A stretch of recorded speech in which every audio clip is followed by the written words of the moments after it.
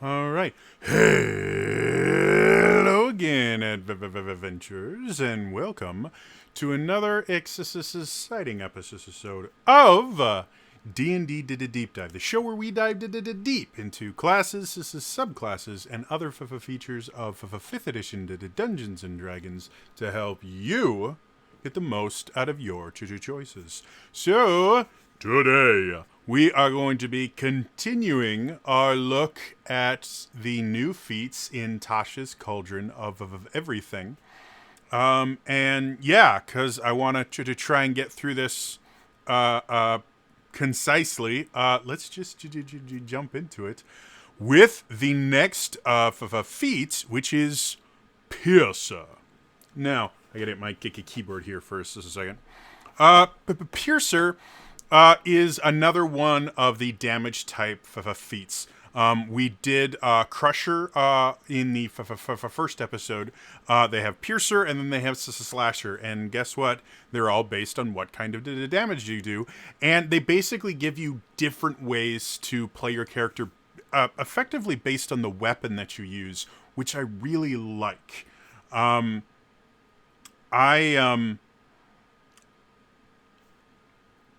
The whole kind of design philosophy behind 5th edition has always been every character should feel different. They shouldn't just be different characters because their names are different or anything. They should feel different. They should play different. And when you look at differences between the classes and then differences between the sub classes, they did that relatively well.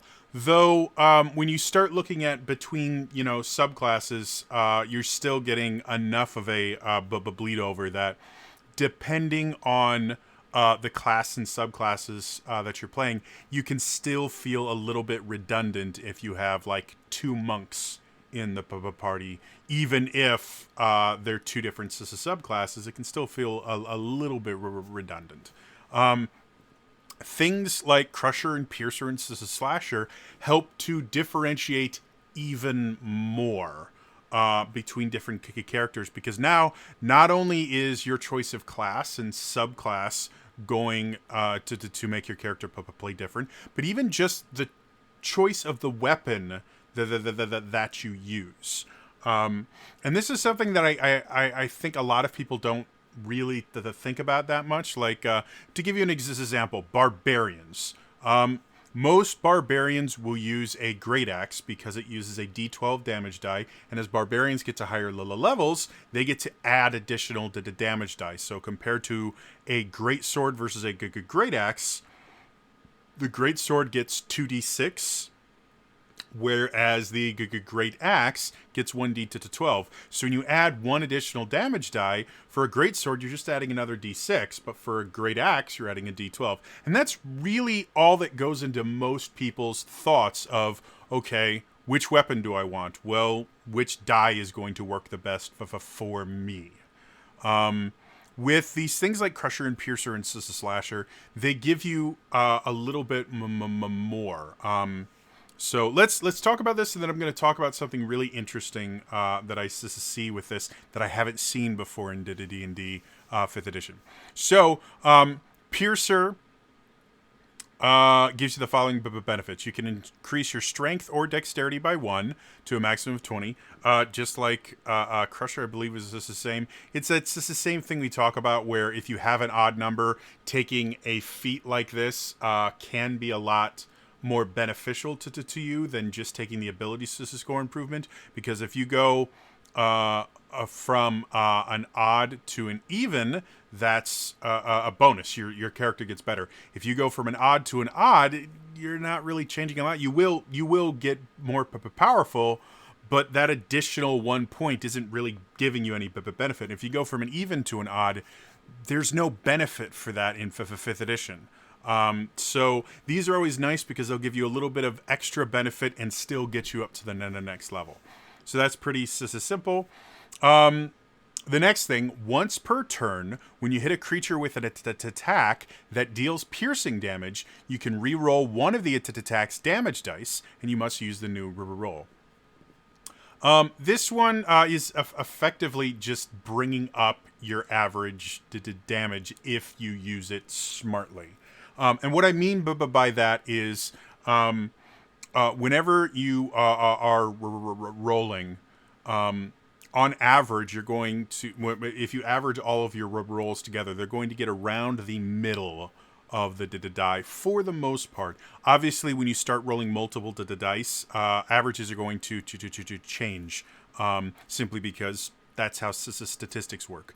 1d12 is going to have a significantly easier time rolling a 12 than 2d6 is in rolling a to the 12. 1d12, I don't know what the actual decimal is, but it's 1 into the 12.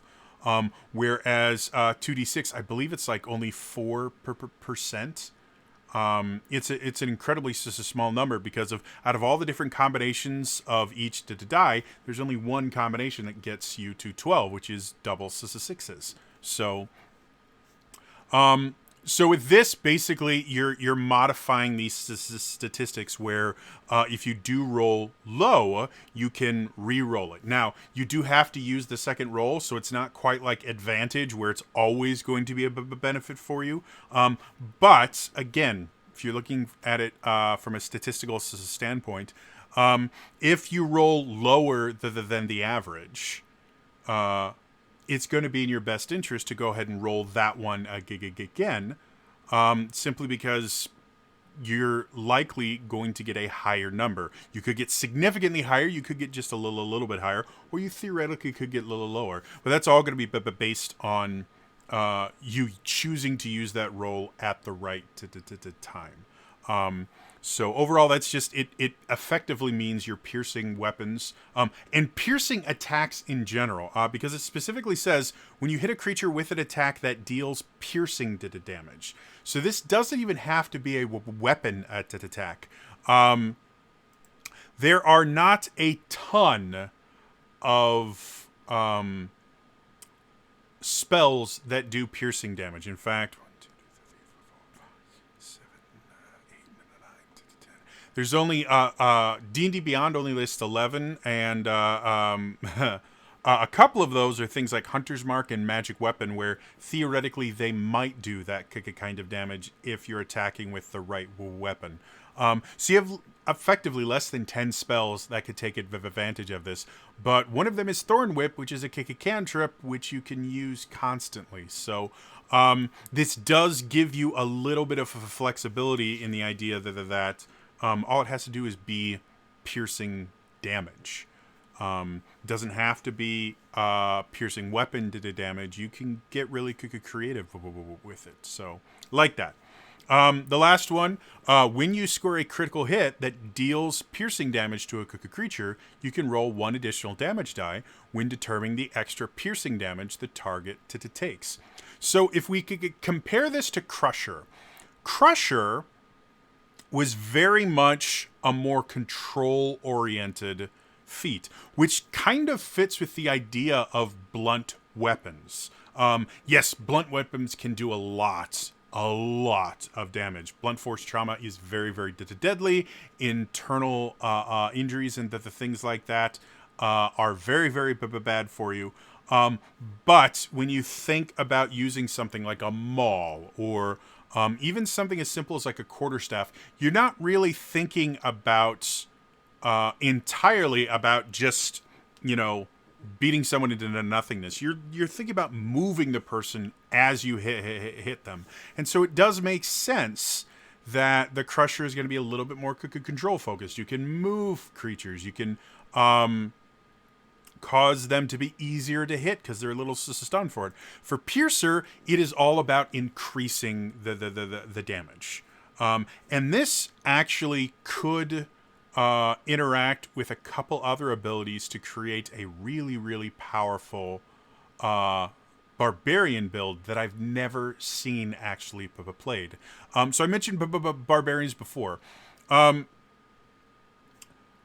Almost every barbarian I have ever seen at the table, including all the time I spent in the Adventures League and all my home games, they always tend to use a Great Axe because it has a D12 damage die, and when Barbarians hit 9th level, they get this thing that basically, whenever they roll a critical hit, instead of rolling for a great axe attack, normally for a crit with a great axe, you would roll 2d12.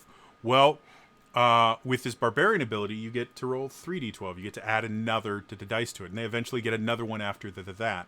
And that's one of the reasons why half-orc barbarians are really popular, because half-orcs also get an additional damage die when they crit. So half-orc barbarians can do 5d12 damage in a single hit.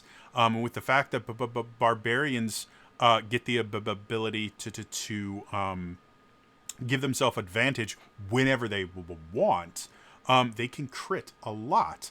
And so that makes a pretty good build. Well, with this feat, you effectively get another thing like that, but it has to be a piercing weapon. So I went and I looked to see, because piercing weapons, my thought has always been piercing weapons are not known for doing tons of damage.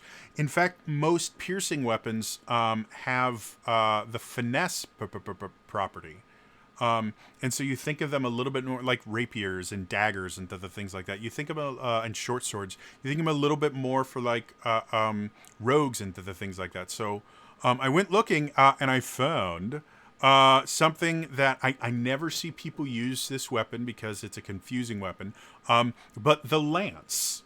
The lance is a piercing weapon. It does 1d12 piercing damage. And it has some special properties. It has the reach property, and it has the special property. Reach is pretty simple. It means you can hit someone from 10 feet away. The special property means the lance works like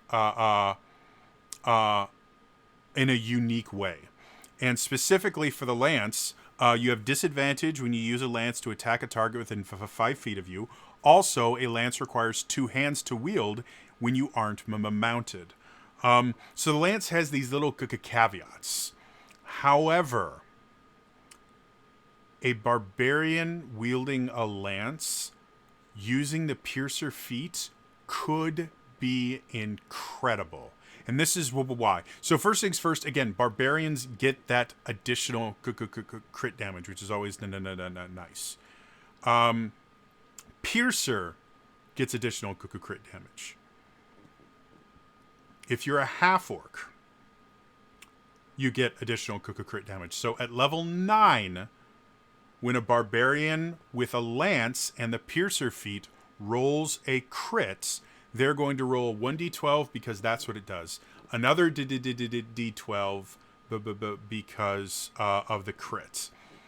A third d12 because of their barbarian feature. A fourth d12 because of their racial feature, and then a fifth d12 because of the piercer feat. And as you can see, this will snowball really, really big. Now, again, one of the big reasons why people don't use lance is if you get within 5 feet, which most of your enemies are going to get within 5 feet of you. So getting within 5 feet means you have to attack at a disadvantage, which really ruins your crit chance. It's really, really hard to crit when you have the disadvantage, because then you effectively have to roll 2 20s. However, barbarians can give themselves advantage whenever they want.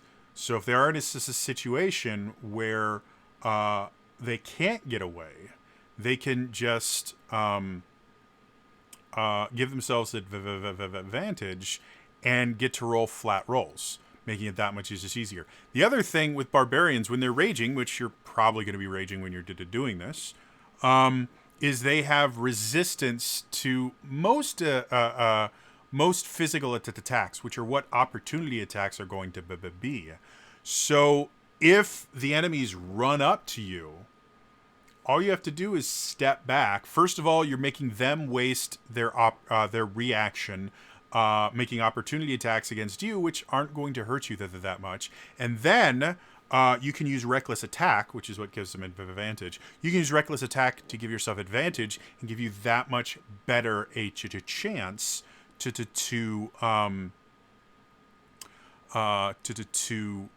crit. And with the fact that barbarians are already hypermobile, barbarians and monks are the fastest characters in D&D. They both increase their speed as they get higher, to the point where when they max out their speed, they can go 60 feet around, double the movement speed of anyone else. So a barbarian with a lance could be super powerful, especially if you gave them the charger feat, which just adds additional damage onto any charge attack. They're already hyper mobile, and now you're just going to be able to give them extra damage or let them push people away. Like, you could turn this into this really interesting, really deadly barbarian. And I just think that's something that is I've never seen a barbarian use a lance. To be perfectly honest, the only character I've seen that's even thought about using a lance was one of my players once took the mounted combat feat, and because lances can be used one-handed when you're on a horseback or when you're mounted in general. They were thinking about getting a little lance, and then I mentioned, well, you're not going to be able to take your horse into most of the dungeons, so it's one of my issues with the mounted combat feat, just because it's so easy to make that feat completely worthless, if you so want to as the DM. But yeah, I mean, a barbarian with a lance and the piercer feat, and maybe the charger feat, could be massively deadly, just running around combat, destroying people. The other route you could go is if you went champion fighter, because champion fighters get expanded criticals where they can crit on a 19 or an 18 of eventually, meaning instead of critting 5% of the time, they crit 15% of the time, which is a huge deal. And with a big part of Piercer being the additional damage you get on crits, a champion fighter with a lance would be really cool. Yeah, so I don't think the lance gets anywhere near enough love. Now, there are a bunch of other piercing weapons as well. There's the pike, which is only a D10 instead of a D12, but you're only losing about, on average, one damage, and then you don't have to worry about the don't have to worry about the disadvantage if someone gets within 5 feet of you, stuff like that. So I mean, there's other ways to do it. I just like the fact that the lance is super underutilized in 5th edition. I think this would be really cool. So that was a really long thing about a really simple feat. Let's keep going.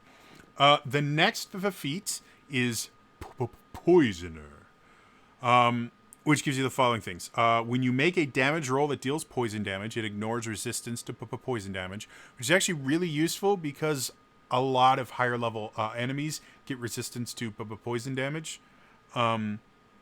So yeah, poison tends to be something that's remarkably common to have resistance to. So that means, yay, you get to use your poison more often. Second one, you can apply poison to a weapon or piece of ammunition as a bonus action instead of an action. That's one of the other really big downsides to trying to use poison, is generally you have to use poison before combat starts, simply because it takes an action to poison something.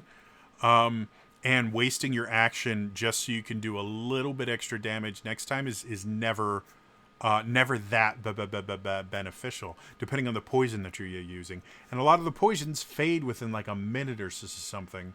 So it literally has to be right before combat you pour it on and hope that you get to make your hit before it wears off. With this, have it being a bonus action, first things first, if you have a character that is not super bonus action dependent, this can be super useful because it gives you a use for your bonus action, which again, action economy wise, the more of your actions you can use, the better off you and your team are going to be. So this can give you a use for your bonus action. The third thing you get with it, you gain proficiency with a poisoner's kit if you don't already have it. That makes sense. With 1 hour of work using a poisoner's kit and expending 50 gold worth materials, you can create a number of doses of potent poison equal to your proficiency bonus.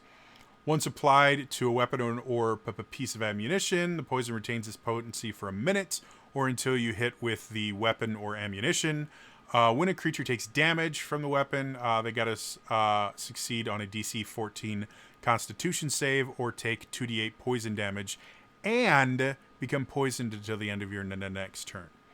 So this effectively means you don't always have to be going out and buying your own potions. You can make your own potion or poison. Sorry, you can make your own poisons, which is really useful. 2d8 poison damage is useful. Just 2d8 is a lot of the damage. And being able to inflict something with the poison condition. The poison condition is really useful. A poison creature has disadvantage in all attack rolls and ability checks. So the only thing poison doesn't hit is your saving throws. But everything else, that creature now has disadvantage for at least until the end of your next turn. So when you combine the fact that you can make your own poisons, it does a decent chunk of damage, though it's a DC 14 con save. So creatures that have high con scores probably aren't going to take poison to the damage. And you can do it as a bonus action.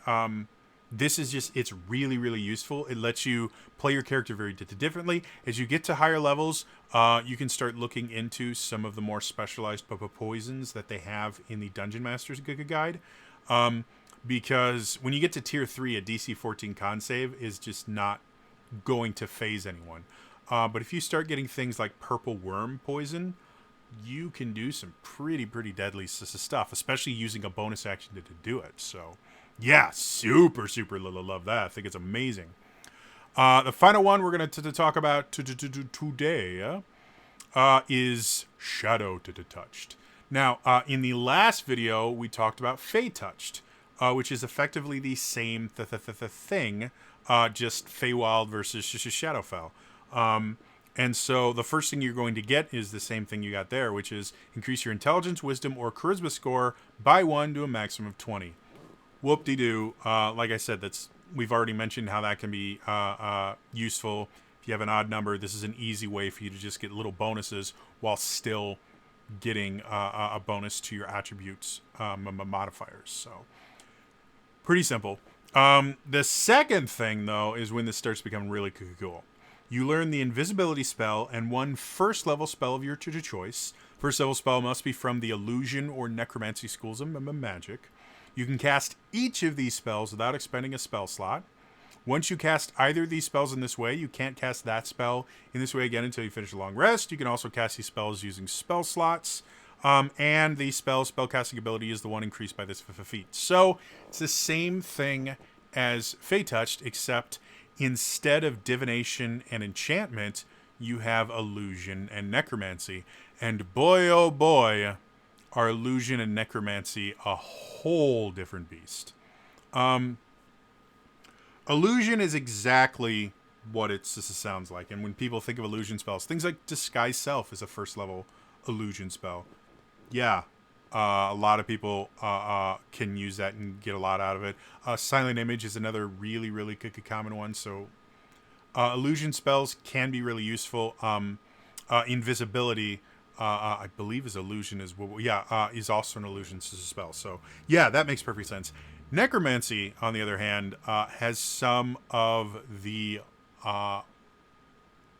worst, and I mean, but by worst, I mean worst for the bad guys spells in the game. Things like, even first level ones, Inflict Wounds is a first level necromancy spell. It's a touch spell. It takes 1 action. If you hit, the target takes 3d10 necrotic damage. For a first level spell, that is insane. And because you have to make a melee spell attack against the creature, you can crit. So with this first level spell, you can possibly do 60-10 damage. Inflict wounds is massively useful. Another one that's super, super useful, it's also first level, is Ray of Sickness, which basically you make a ranged spell attack. So again, this can crit. On a hit, target takes 2d8 poison damage. Not that big a deal. But must also make a con save. On a failed save, it's also poisoned until the end of your next turn.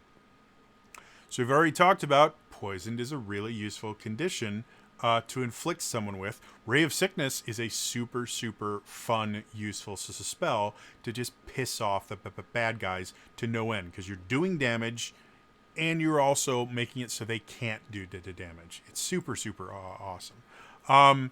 So yeah, lots of really, really good spells. Shadow Touched, I see, like Fey Touched, I see a lot of role-playing benefit behind it. I'm not saying Shadow Touch doesn't, but because of the necromancy specifically, and I guess the illusion as well, because there's a lot of, if you're a creative role player, there's a lot you can do with the little illusions. This one I can see a lot of people taking more for the mechanical benefits than for the role playing. And again, not to say that there aren't role playing aspects that could be really fun with it, but there's just a lot of really powerful things you can do with first level necromancy spells. And invisibility is just a massively useful spell in general. So yeah, so final thoughts. Again, Piercer, make a Lance Barbarian. Give them Piercer, step 3 Prophet. I think it's super, super awesome. Again, I like the fact that the Piercer, not only is it different because it uses a different damage type, but the focus of Piercer is incredibly different from the focus of Crusher. And I love the fact that this focuses more on pure damage, which is what a piercing weapon does. You know, it goes through armor, it goes through organs and things like that. It makes holes that are really, really deep that don't heal very well. It fits. So yeah, I think Piercer is super awesome. Poisoner gives you the ability to use your bonus action for extra damage, for some control aspects, and as you get higher, you can start experimenting with a part of 5th edition that a lot of people don't, which is all the different poisons that exist in 5th edition. And that can be really, really fun. And then finally, Shadow Touched. Invisibility is super cool. Necromancy spells rock, even when they're just first level. And illusion spells are also super useful. So hope you guys enjoyed this. As always, if you did enjoy it, please hit the like button. Hit the subscribe button to make sure you're getting all these videos. Also, hit the bell icon and turn notifications on, just in case my anxiety does weird things. And I put these videos out at weird times, or I just schedule it wrong, because I've done that too. In the comments down below, I gotta know, what are your thoughts on a Pokey Barbarian? I gotta know what you guys are thinking about Pokey the Barbarian. I think he's super cool. I'm definitely gonna make a character like that. Let me know in the comments down below. Otherwise, again, that's all for me today. I will see you guys next time. All right, bye bye.